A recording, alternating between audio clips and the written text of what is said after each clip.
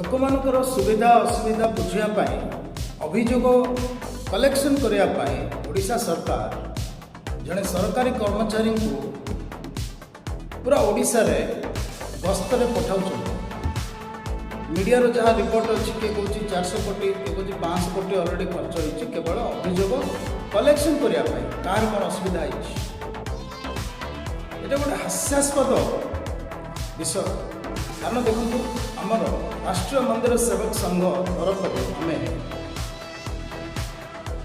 आज की प्राय 4 वर्ष 5 वर्ष तलर कथा सीएम को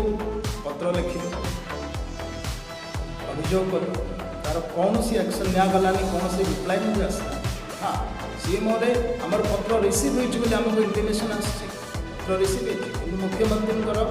कौन सी रिप्लाई नहीं कि कौन सी एक्शन देखा जापर ओडिशार विभिन्न जिले में विभिन्न पंचायत सरपंच मान माध्यम पत्र पठे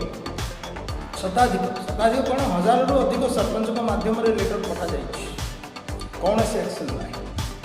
आम बड़ बड़ ऑफिसर मान माध्यम लेटर पठेलु एमएलए मान माध्यम लेटर पठाई 2 जन विशिष्ट मंत्री माध्यम लेटर पठाई सीएम पाखक को कि आमर 10 लाख धार्मिक कर्मी जो अच्छा ओडिशार मंदिर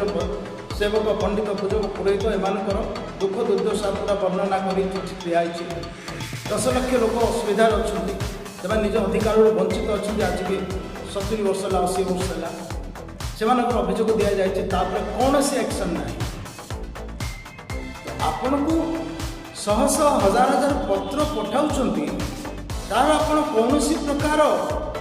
एक्शन नौना एपटे आप लोक अभियोग शुणापी कोटी कोटी टंका खर्च कर गोटे हास्यास्पद विषय होता आम पब्लिक निश्चित भाव चिंता करवा उचित केते दूर युक्तियुक्त के एपटे लोक अभियोग करुँच शह पत्र गलानी विशिष्ट विशिष्ट व्यक्ति मानक माध्यम गलानी कौन प्रकार एक्शन ना एपटे अभियोग शुणापी लोक मान कोटी कोटी टंका खर्च करवा चलती यहाँ कौटि ना कौटि देखो आम ओडिशार